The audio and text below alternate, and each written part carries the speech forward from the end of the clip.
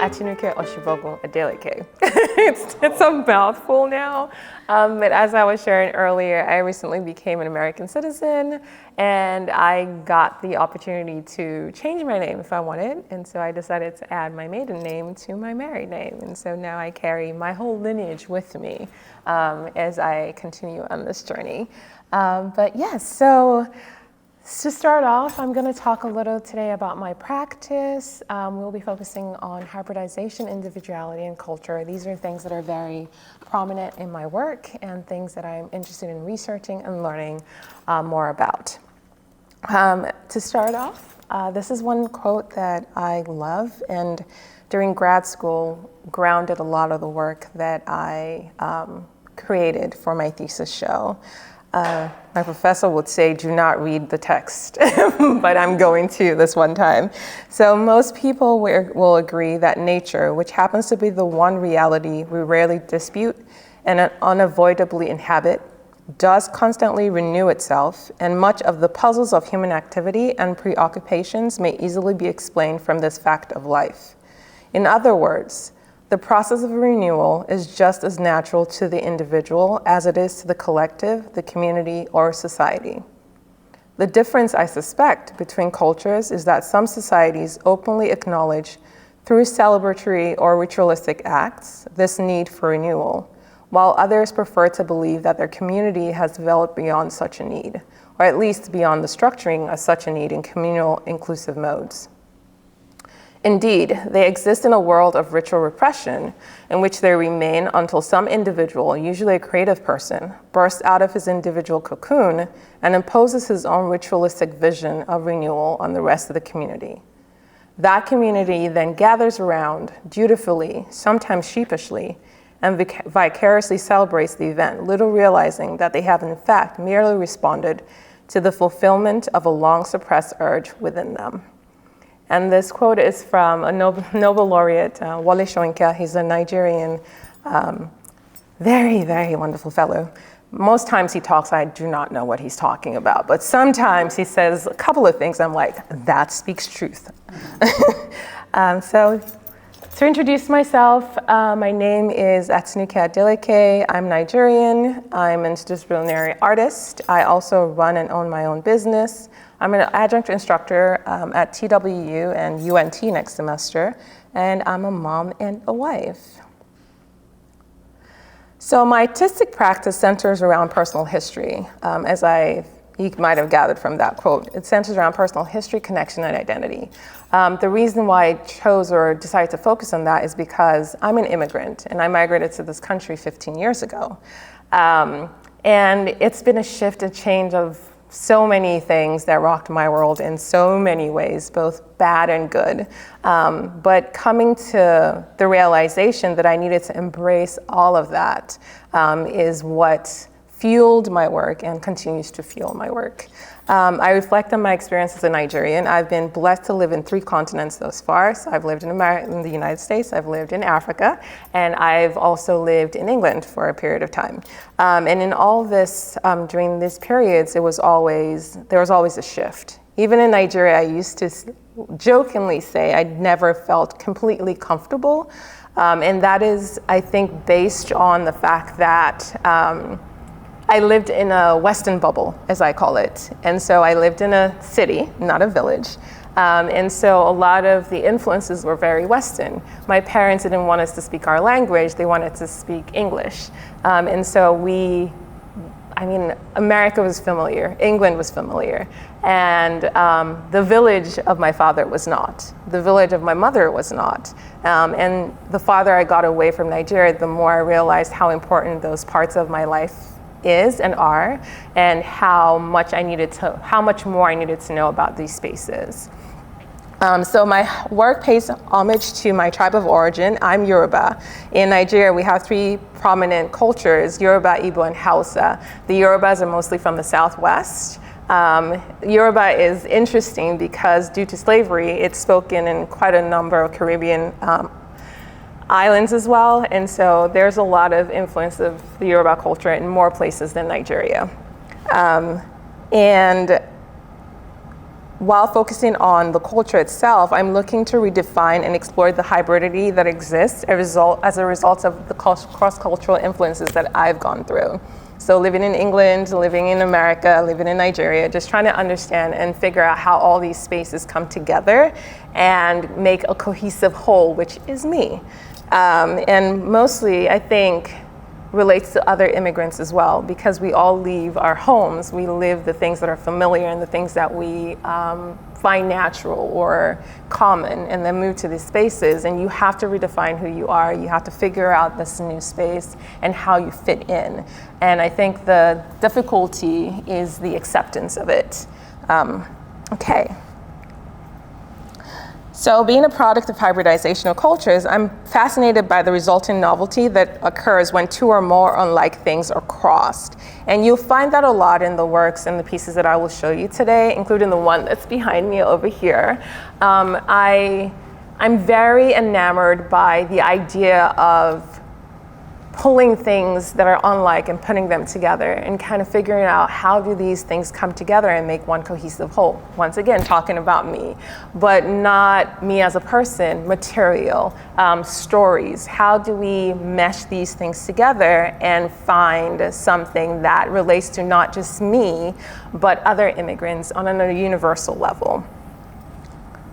So with the world, let's go back a little. With the world becoming a smaller and smaller space due to globalization, the internet, and social media, I feel like more and more people are finding themselves not fitting into familiar molds because they're exposed to a lot more than our forefathers were.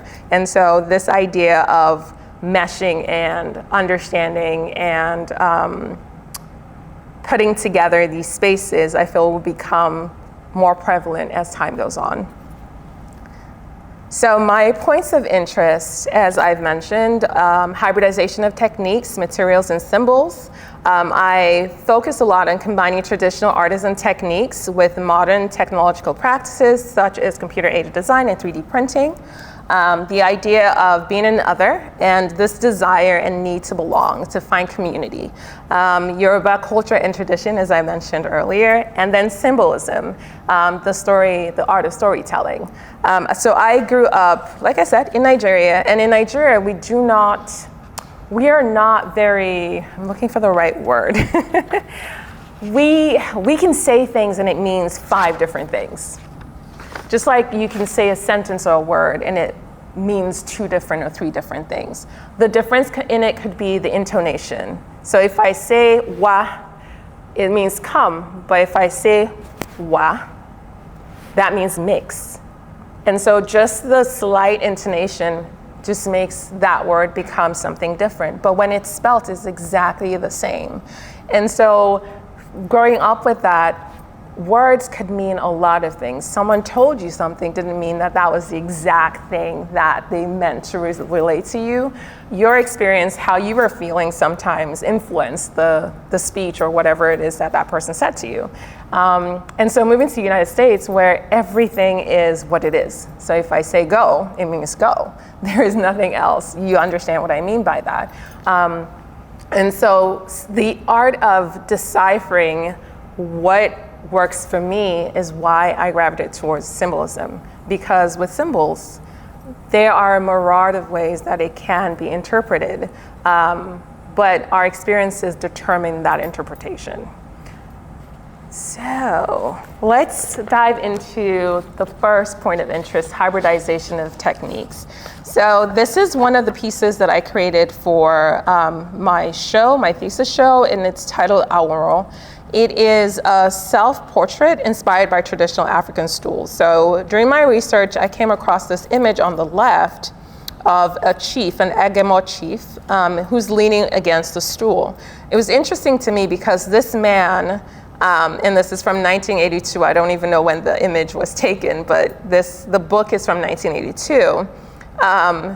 He is also from Ijebu, and Ijebu is where my father grew up. That is his village, that is his town. It is also the town that I have to put down when they ask me to fill out government documents in my country. So they'll ask you what's your native town, and usually I would put Ijebu. But I didn't grow up there. I don't know how to speak Yoruba that the Ijebu people speak. So Yoruba is, this Yoruba that I speak is a construct of the West. When colonization happened, the idea was to go there, colonize and understand the people. But because all these people spoke varied languages, the goal was to come up with one language that the people that came into could understand and that these people will now start to use. And so a lot of the languages were sidelined. We have over 200 in Nigeria as of today. My father speaks a different type of Yoruba. My mother speaks a different type of Yoruba. But the goal was to get all these people to speak one language. And so if I come to that village as a Westerner, or as a foreigner, I can say this thing and hopefully they understand. And so we call it the book Yoruba, like the written Yoruba. And so for me, there is that disconnect from my father, my mother's town, my father's town, because I don't speak that language. And so when I go there, I'm a foreigner because I don't understand them. And so when I came across this image, I thought of this man and the fact that the stool at that point talked about wealth, talked about stature in the community, his status, and would also talk about his life. And so the people and the person who carved the tool or made the stool would have incorporated symbols and things and parts of the man's life into that stool. And so I wanted to create something similar to that in the sense of a self-portrait. And so during my research, I came across a couple of designs and artists that I found interesting. One of them was Lani Adeoye. She's a practicing Nigerian Canadian designer. Jomo Tariku, he also is a practicing designer. I looked at the Yoruba talking drum, and I also did research into stools that were carved and made in the past by my ancestors. And this one on the right really spoke to me, especially the curvature of the legs. So back to symbols again. This is another quote that I find very interesting. It says, "The symbol on the other hand suggests or generates an aspect of life where the number of possible interpretations is infinite and eludes all attempts on the part of the intellect to fix or establish a single meaning. One can never fully account for the manifold meanings that any given symbol has, nor is it possible to categorize them in intellectual terms because there's often an I'm gonna try to say that. I'm not gonna get it. Antithesis? Yeah. Did I get it? Yes. An opposite which the conscious mind is enabled to grasp simultaneously. And so for me, like I mentioned earlier, symbols just became this thing that I thought I could use in my work. I could speak to people in a lot of ways and they would bring themselves into the conversation. And so I did further research into how symbols were used in Africa, in Nigeria, and came across these images where it's put on the body, it's put on the home. It's done through scarification as well. I grew up with people, and I didn't fully understand and appreciate this until now, but they would have marks on their faces as well. And that was a way of identifying who they were and what village they came from.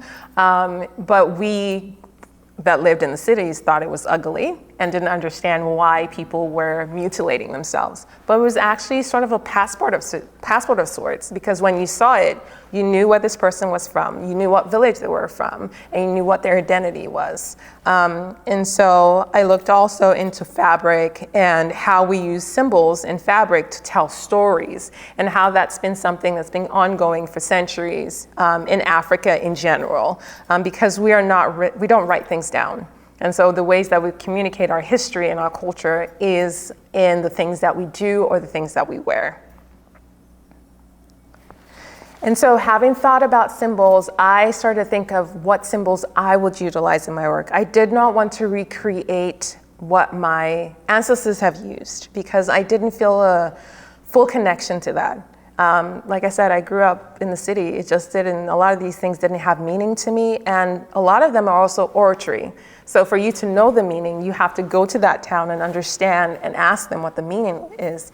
And a lot of the books that I came across were written by Westerners. And so I couldn't take that as truth because I didn't know if they even knew what they were asking when they asked those questions, and if the people who responded even knew what the right answer to that question was. And so I started to think of how I could create my own symbols and what I would utilize. And I came across tree rings in dendrochronology. I've always been fascinated by trees. I think they're amazing. Their ecological impact that they have, just the grandeur and how they have been here way before we got here, and they will be here, hopefully will be here after we are gone. And so looking at tree rings and the fact that the tree rings could tell us stories about this tree, what has happened in the environment. Was there drought? Was there like flood? Was there fire? You can tell all these stories from the rings. I decided to utilize that as a symbol in my work. And so the top of this table, actually, has tree rings on it, but it starts off with a face. So if you look closely, you can actually see the outline of a face in there, and then I offset that to create my own rings. And if you're patient enough, you can actually read it and tell how old I am with that, which is the fun part. But one of the interesting things about tree rings also is sometimes rings don't complete, and sometimes some are missing. So you have to be very careful when reading that because you might guess the wrong age. Another symbol that I looked to was skin cells. And I know it's weird, it might be because I'm married to a doctor, I do not know. But I really liked the idea that, once again, looking at trees, and I was looking at tree barks, I would go out and take pictures of the barks. How similar they are to skin cells, and even how the functionality of both are very similar. But the barks of a tree protects the tree, our skin protects us. And so I thought of how I could utilize that symbol in speaking about us as humans, but also speaking to the fact that we are not alone. We're connected to nature, and it's important for us to understand that and respect that. And seeing the similarities between those two spaces hopefully helps us understand, our environment a little better.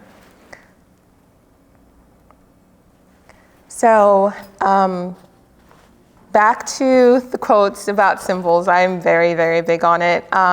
This is another quote that I found very interesting as I was doing my research. Although the actual appearance of a given subject may only remotely resemble its artistic corollary, the underlying intention is what ultimately establishes the connection between them.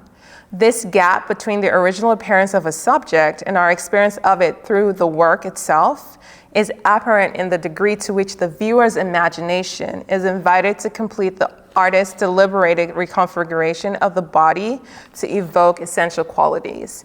And I think this quote spoke to me a lot because, as I mentioned earlier, the idea of you, the viewer, bringing in your experiences, the idea of me connecting these spaces that we don't normally think about as connected spaces, but they really are, was very important to me as I created the pieces that I did. And so Our World became this piece that talked about me, my life. I took the image of the skin cells and carved that into the legs of the table on the CNC router, which was a very interesting process. But I also incorporated that knowing that people might think it was tree barks and not skin cells. And so the goal is to understand that those two things are very similar and actually pretty much do the same thing. And so these are some of the images of me creating that piece. To make the legs, I had to first center all the rods on the lathe, and there were over 40 of them. Hint. And so it was going on the lathe and centering all of those. And of course, with all artists, we all recognize the failures that will come up when you do try to do something that you haven't probably done a lot. And so I had quite a lot of oopsies with the rods, but eventually they were successful. And then I had to heat bend them, which was very interesting because they're all heat bent by hand. And the process is to first, God bless. So Jeff at UNT in Sculptor was an amazing help with this. So the goal is to get the rods to bend. Now to do that, you have to get them to a good temperature before you bend them. His advice was do not place them and just try to heat them immediately. You're going to melt and burn it. And you might have pools, it will not be even. And so you have to first dip it in hot water. And so get it to rise up in temperature a little bit where it's not cool, and then heat bend it. You're less likely to get bubbles when you do that. You're less likely to burn the acrylic when you do that. And so it was a very long, painful, stinky process. But it was also, I think, therapeutic in a way, because I forced myself to recollect and think about the years as I was carving and bending the rods. And so with the rods, sometimes you see that they are more bent than the others. In those times, the memories that I had were more traumatic than in other times. And most of it was actually here in the United States, which was interesting because it was those times where I was farthest away from what I knew. And so questioning who I was and my identity just became the prevalent thing in my mind. And as I was bending the rods, that's kind of what came about. And going forward, I also decided to include a metal inlay at the base of the table. Now, the position of that metal inlay is the exact position of the profile at the top of the table. So when you look at the top of the table, where you can actually see that outline is the exact point at the bottom where it also shows up. And the goal was to replicate what a tree would do. So if you cut down a tree, regardless of where you cut it, you will see the tree rings visible. And so I wanted to pay homage to that in sort of ways, and help people understand that, even though you cut something or you look at something from the outside, that inner core is just as important, and it could probably tell you a lot more than the outside of the tree would. And so this was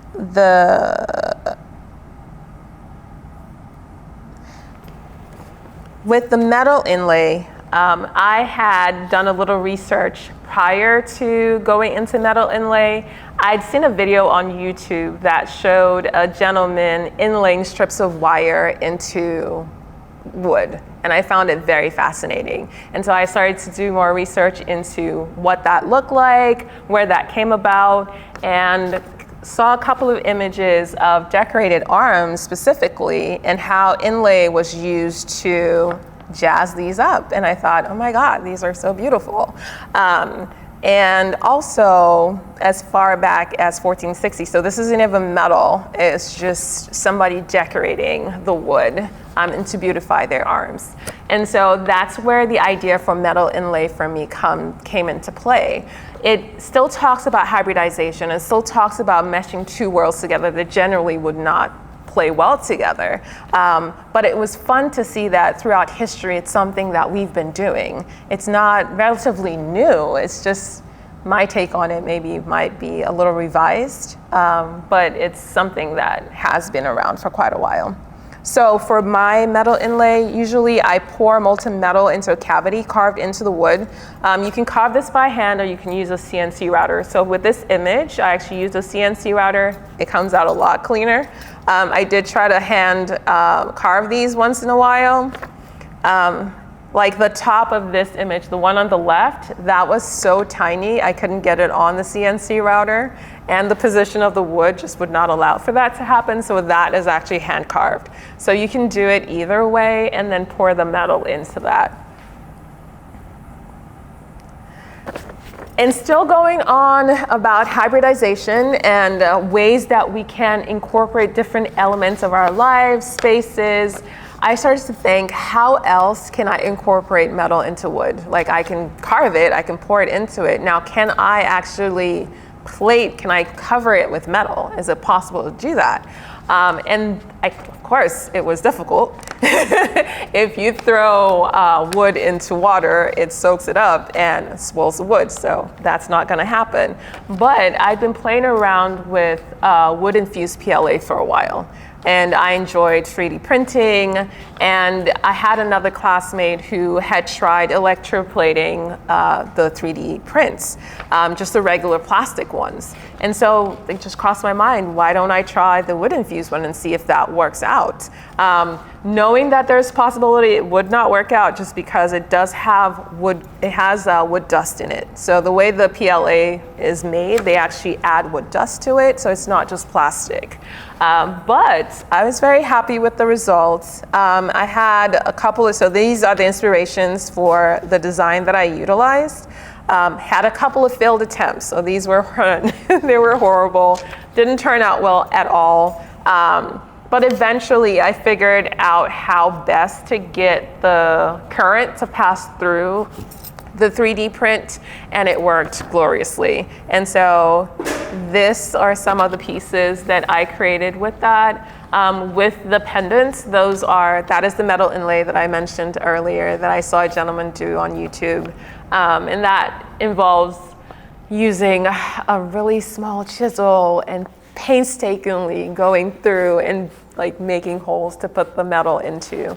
But I love that because it speaks to the tradition of things. It speaks about the past and the beauty in taking time out to create things. But I also love the 3D printing part, which is a lot faster and takes more time on the computer than the machine. So you spend a little time to push that button and just print it, but you spend a lot more time actually creating the file that will be printed. So time is still invested. It's just how we put that time in that's kind of changed.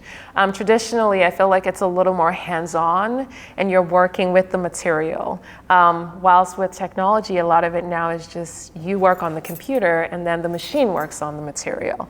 But I find that those two spaces for me are very comfortable. I can live in the space where I can use my hands, and my hands are killing me right now, but I can use my hands, but I can also be in that space where I'm a little disconnected from the material and not necessarily with it as much. And it still speaks to this space of hybridization I talk about, being away from my home, things that are familiar, but also being okay here now, knowing that, you know, this has changed me and this is part of who I am now. And so it's interesting to play with these materials and figure out if something good will come out of it.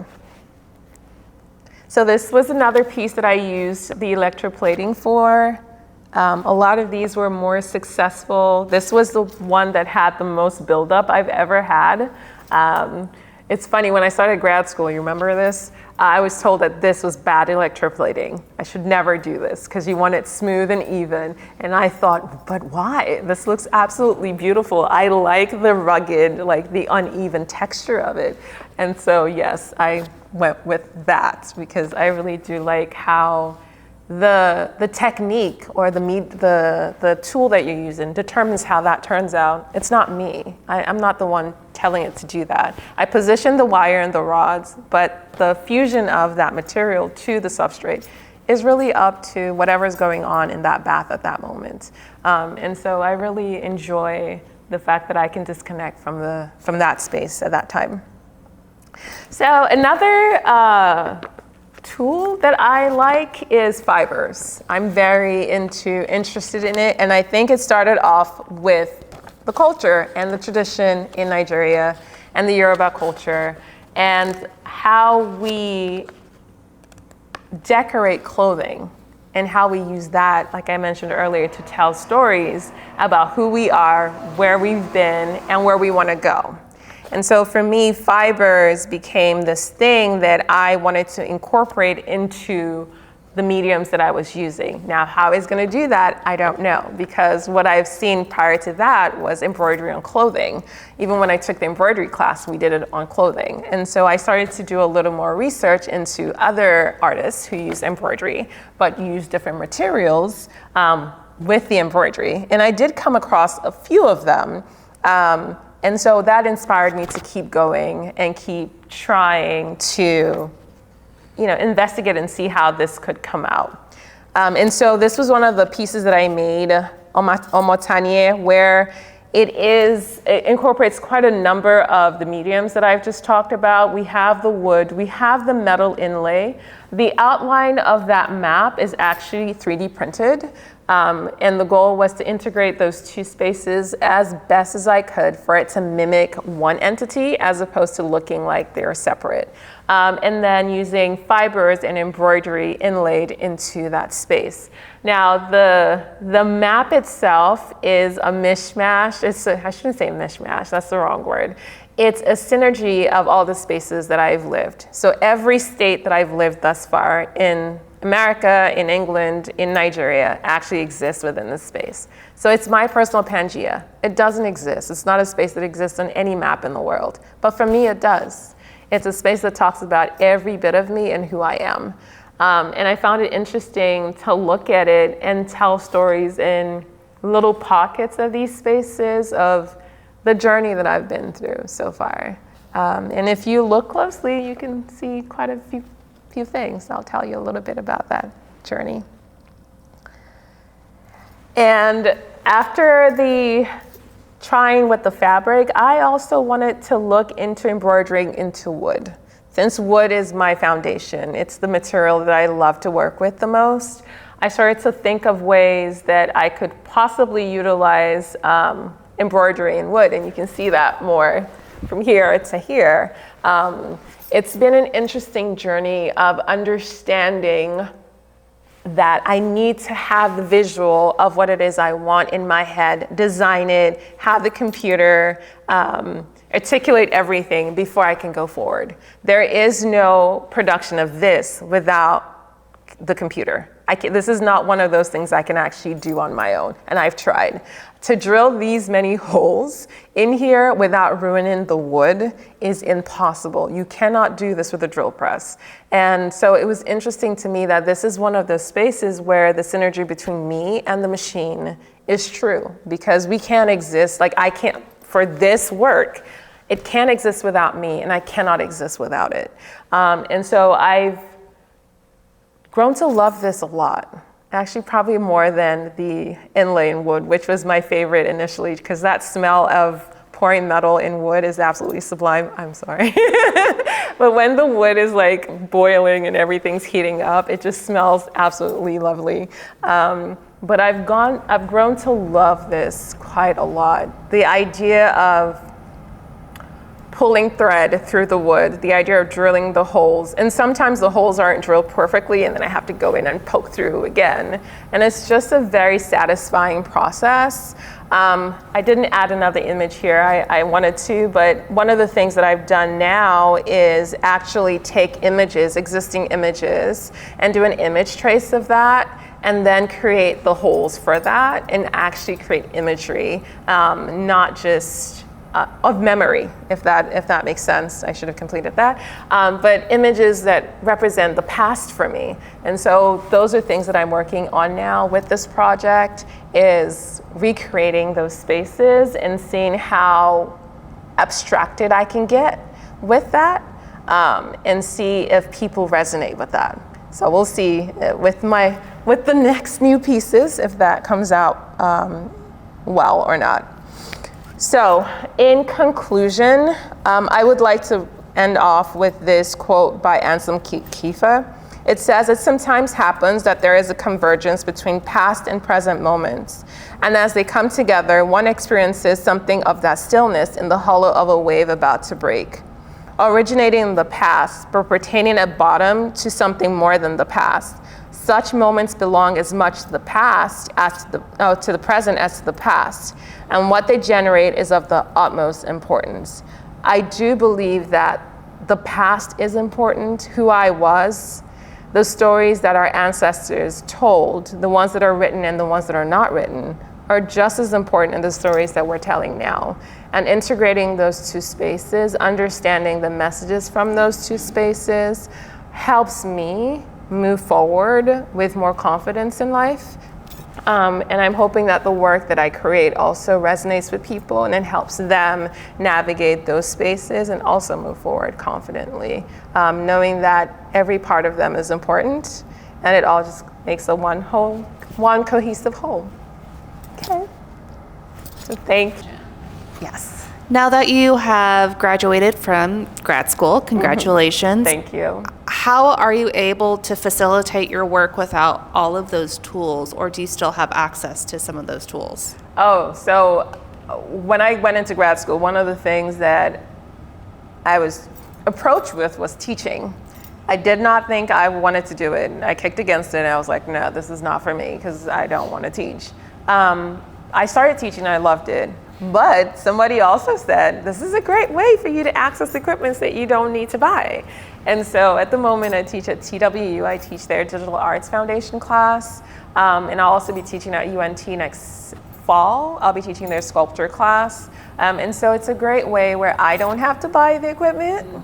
I get to fulfill another part of me that enjoys teaching because I feel like it keeps you fresh, keeps you engaged. The students always have great questions and you have to research a lot more just so you can stay ahead of your students, which is always interesting to me as well because I love research.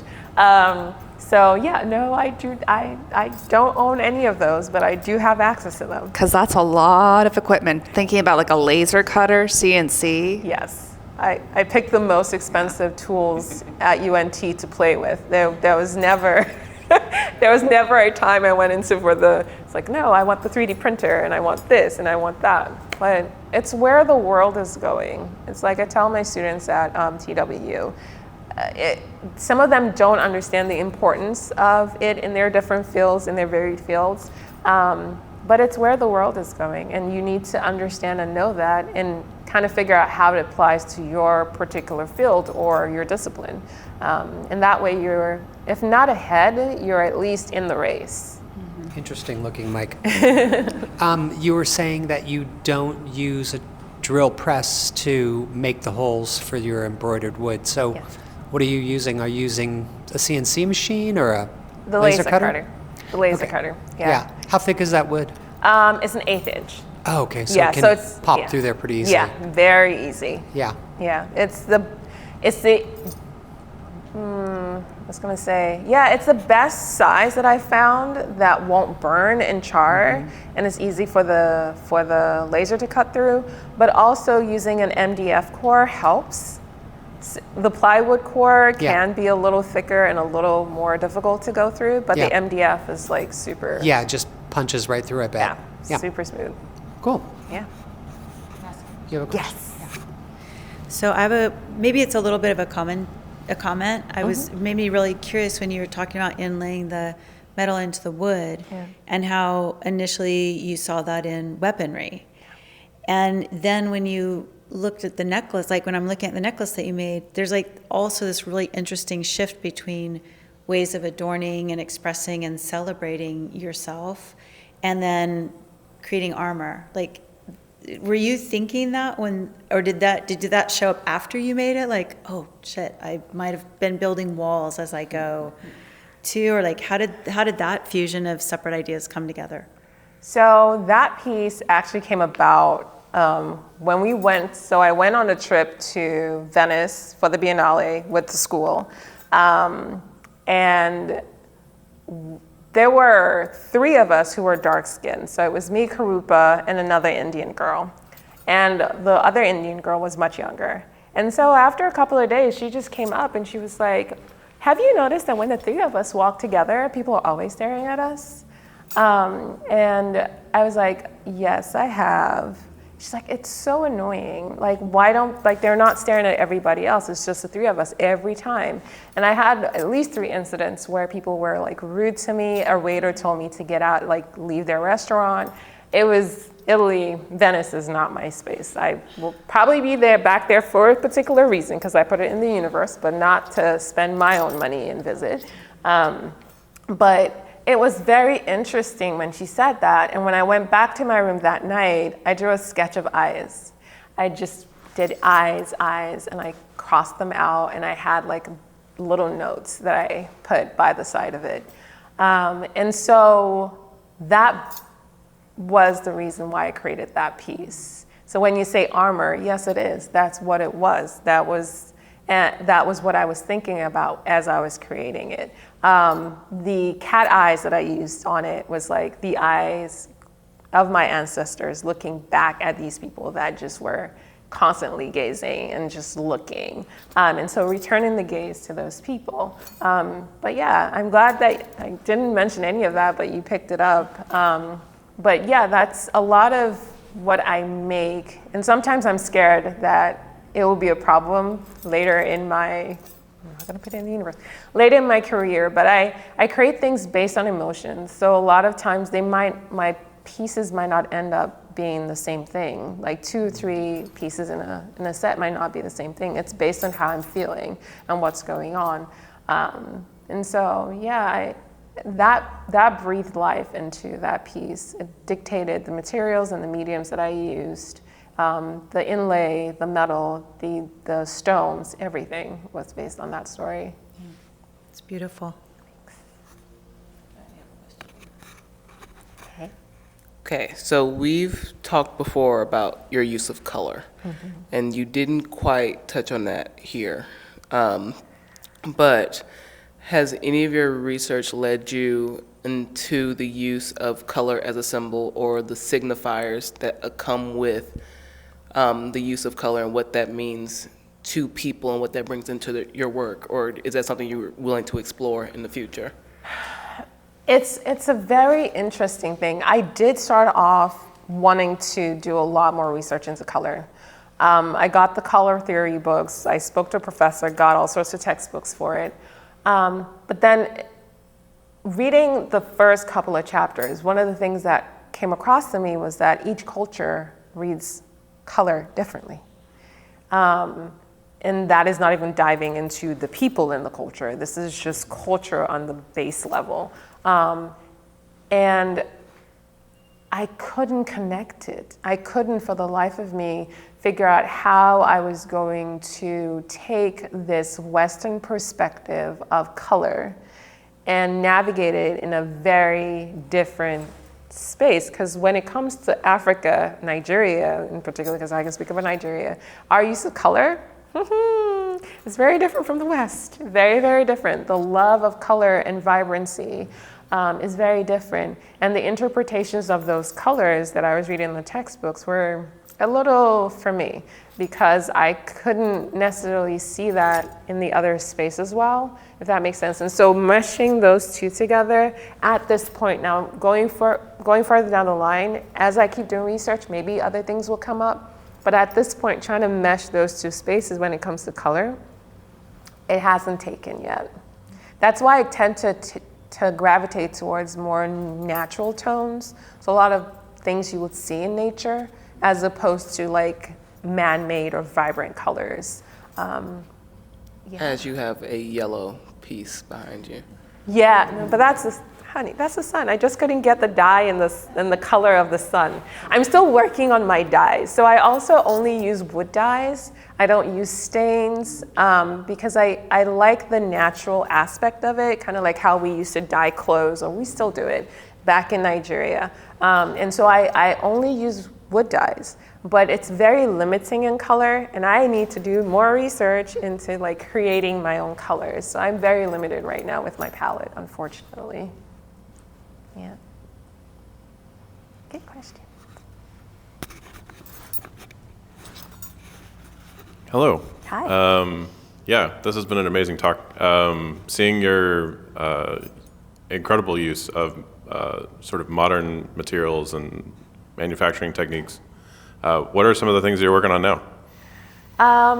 So my focus right now is the mythological, I'm not sure if I'm going to say this right, the creation story of the Yoruba people, and trying to bridge that space with the creation story that I was taught growing up. So the Bible and how God made the world in so many days, but also looking at our creation story. So one of the things, and this is one of them, so there's 16 of this on here. The story starts off by saying that the entity who created everything sent down one of his angels, if that's how we interpret the English way of it. He sent one of his angels down, but in sending him down, he took metal chain when he was coming. He took a cockerel, and then he took sand. Those were the three things when he was coming. And so what he did when he looked down, he realized it was all water and that there was no way he could come down to earth. And so he tied the chain in heaven and then let the chain down to earth. And then once he was close to earth, he poured down the sand and then put down the chicken, and the chicken spread the sand. That is that is the creation story of how the earth came about in the Yoruba culture. And so I'm doing a lot more research into things like that, the mythology aspect of our creation. What are the symbols that are in that? And so I'm working on a couple of pieces on that. And out of that came 16 sons. Well, in the research I found out there were 14 sons, 2 daughters. 2 daughters had sons, and then 2 of those sons became part of the kings or the princes. So it becomes a little convoluted, but there are 16 of them, and they represent the 16 tribes in the Yoruba land.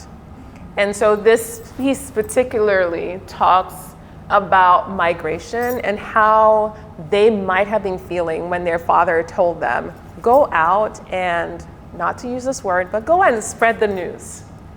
And so once again, I'm trying to figure out this space of colonization, not just in the Western space, but also colonization that has and probably has existed in different cultures across time. And so the Yoruba people obviously thought that their culture was something that other people needed to know about. And so they were like, go out there and spread it. And so this idea of who you are and sharing that with the world, but also the anxiety and the problems that come with that. Because once again, I had to move from my country here. There's no way these kids were told to go spread the word and they left feeling like, oh my God, this is gonna be the most wonderful trip on the face of the earth. They had to have anxiety. They had to have had like doubts about could they do this, fear. And so it's all these things that I'm trying to hopefully capture and talk about in the pieces that I'm working on. Hopefully. It should all be done by the end of the year. Working on it, I want to show by the end of the year, so I've given myself a timeline. I'm not sure where the show is going to be. I put it out in the universe and I want to show, but I'm working and making the pieces for that, so. Thank you, Taylor. Thank you for having me. Thank y'all.